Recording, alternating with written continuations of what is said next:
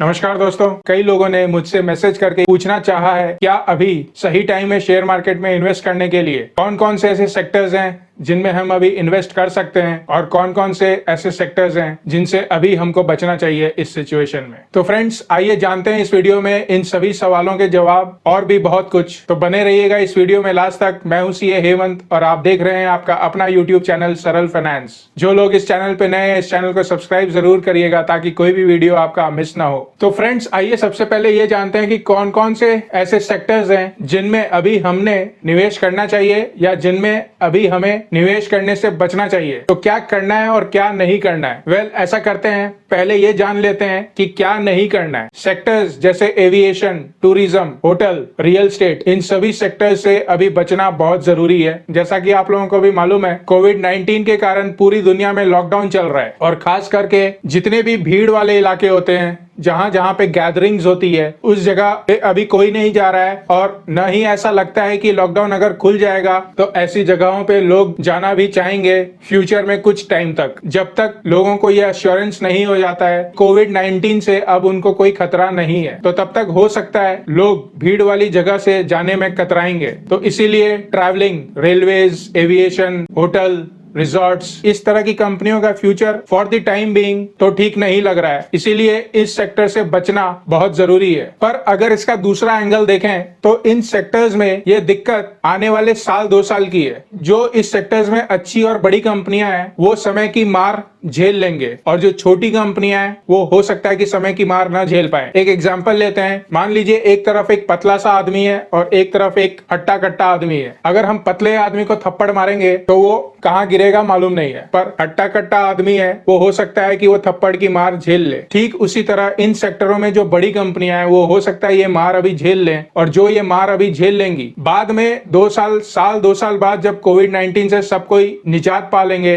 तब इन कंपनियों में वापस बूम आ सकता है। तो अगर आपका इन्वेस्ट करने का होराइजन लॉन्ग टर्म है, कम से कम 5 साल है, तभी आप इन तरह की कंपनीज में रिस्क ले सकते हो। ध्यान दीजिएगा, रिस्क ले सकते हो, क्योंकि आज के डेट में इन कंपनियों के शेयर्स काफी गिरे हुए हैं, बहुत कम प्राइस पे मिल रहे हैं। फ्यूचर कोई जानता नहीं है क्या होगा, समय ही बताएगा कि एक्चुअली में क्या होगा। तो अगर रिस्क लेना है, 5 साल 10 साल का होराइजन है और इन सेक्टर्स की अच्छी कंपनी में अगर आप इन्वेस्ट कर सकते हो और रिस्क ले सकते हो सकता है 5 से 10 सालों में अच्छी रिटर्न्स देके जाए ये कंपनियां। फ्रेंड्स, अब ये जानते हैं कि कौन से सेक्टर्स इस सिचुएशन में अच्छा कर रही हैं या अच्छा कर सकती हैं। आज कई लोगों का ये सवाल है कि शेयर मार्केट अभी और गिरेगा या यहाँ से ये वापस ऊपर जाने लगेगा। देखिए, कोई भी कॉन्फिडेंस से ये नहीं कह सकता है शेयर मार्केट अभी और नीचे जाएगा या नहीं जाएगा। तो इस बात पे अटकल लगा के दिमाग का दही करके कोई फायदा नहीं है। इंपॉर्टेंट ये है, अगर आप कुछ पैसे शेयर मार्केट में इन्वेस्ट करने की सोच रहे हो तो आप सिचुएशन के हिसाब से सेक्टर्स को चुनिए और उन सेक्टर्स में जो अच्छी अच्छी कंपनियां हैं उन कंपनियों में लॉन्ग टर्म के लिए इन्वेस्ट करिए। एक बात और याद दिलाना चाहूंगा, अगर आप 100 रुपए इन्वेस्ट करने की सोच रहे हो तो 100 रुपए इकट्ठे इन्वेस्ट मत करिए, छोटे छोटे टुकड़ों में इन्वेस्ट करिए, अलग अलग टाइम पे इन्वेस्ट करिए, क्योंकि शेयर मार्केट को टाइम करना मुश्किल ही नहीं नामुमकिन है। तो इसीलिए दिमाग पे ये जोर देके बिल्कुल भी फायदा नहीं है कि शेयर मार्केट अभी नीचे जाएगा, मैं थोड़ा वेट कर लेता हूँ, जब एकदम नीचे होगा तब मैं खरीद लूंगा और सबसे ज्यादा मुनाफा मैं कमाऊंगा। अगर आप ऐसा सोच रहे हो तो आप इंतजार करते रह जाओगे और हो सकता है ये सिचुएशन आपके हाथ से निकल जाए। अब सेक्टर्स की बात करें तो आज के सिचुएशन में फार्मा कंपनीज और एफएमसीजी कंपनीज, ये दोनों सेक्टर्स बहुत अच्छा कर रही हैं और एटलीस्ट कम से कम आने वाले 1 साल में तो करेंगी ही करेंगी। फार्मा सेक्टर की खास करके अगर बात करें तो ये बताना मुश्किल है कि सारी कंपनियां अच्छा करेंगी। जो कंपनी कोविड-19 की वैक्सीन सबसे पहले लेके आएगी, मास प्रोडक्शन करेगी,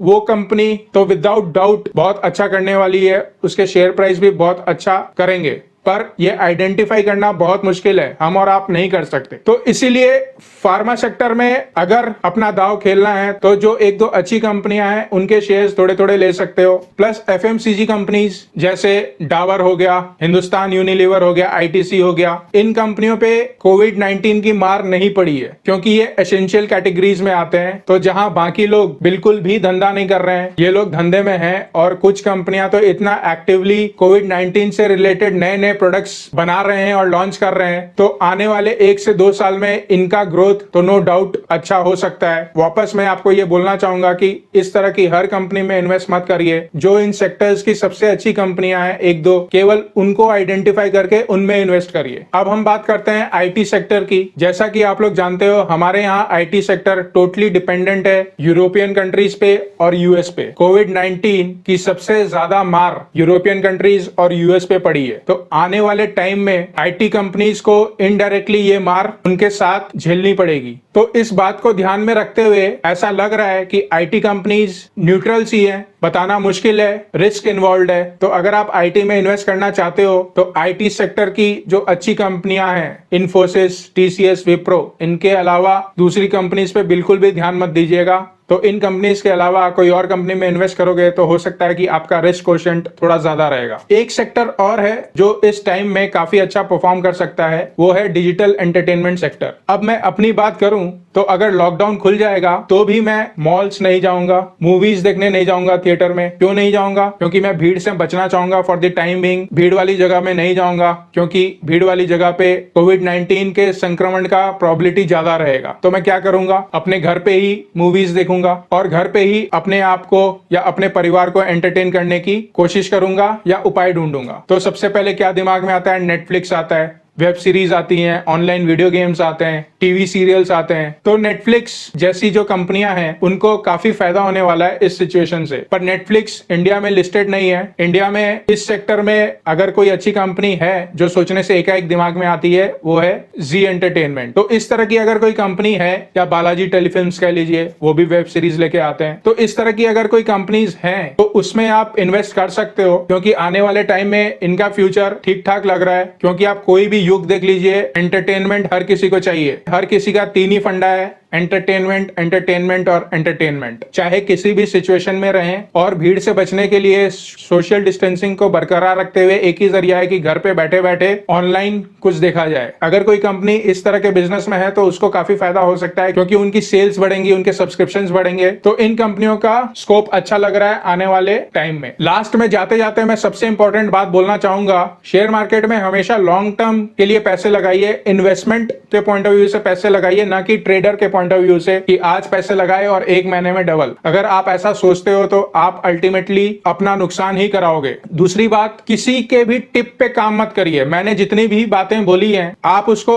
अपने एंड पे अपनी गट फीलिंग के साथ में जोड़ के देखिए कि क्या मैं सही बोल रहा हूं। अगर आपका दोस्त, आपके रिश्तेदार या आपका फाइनेंशियल एडवाइजर आपको ये कहता है एक्स कंपनी का शेयर्स ले लेना चाहिए, उसे अच्छा लग रहा है, तो बिल्कुल लीजिए। पर एक बार अपना एनालिसिस जरूर कर लीजिए कि आपका दिल क्या कहता है, ये कंपनी किस सेक्टर को बिलोंग करती है और इस सेक्टर का आने वाले टाइम में क्या स्कोप है। थोड़ा सा एनालिसिस खुद कर लीजिए। और अगर आप इतना नहीं कर सकते हो तो शेयर मार्केट में डायरेक्टली पैसे मत लगाइए, इनडायरेक्टली आप लगा सकते हो म्यूचुअल फंड्स के थ्रू। लॉन्ग टर्म इन्वेस्टमेंट के पॉइंट ऑफ व्यू से म्यूचुअल फंड्स भी बहुत अच्छे हैं। अगर आप खुद डायरेक्टली समय नहीं दे सकते हो शेयर मार्केट में, तो सबसे बढ़िया तरीका है म्यूचुअल फंड्स के थ्रू ही इन्वेस्ट किया जाए। तो दोस्तों, अगर आपको इस वीडियो से थोड़ी हिम्मत बंधी हो, थोड़ा आपका डर निकला हो, इस वीडियो को लाइक जरूर करिएगा, चैनल को भी सब्सक्राइब करिएगा, और सब्सक्राइब करने के बाद में बगल में बेल आइकन होता है, घंटी भी बजा दीजिएगा। तो सीखते रहिए, सिखाते रहिए।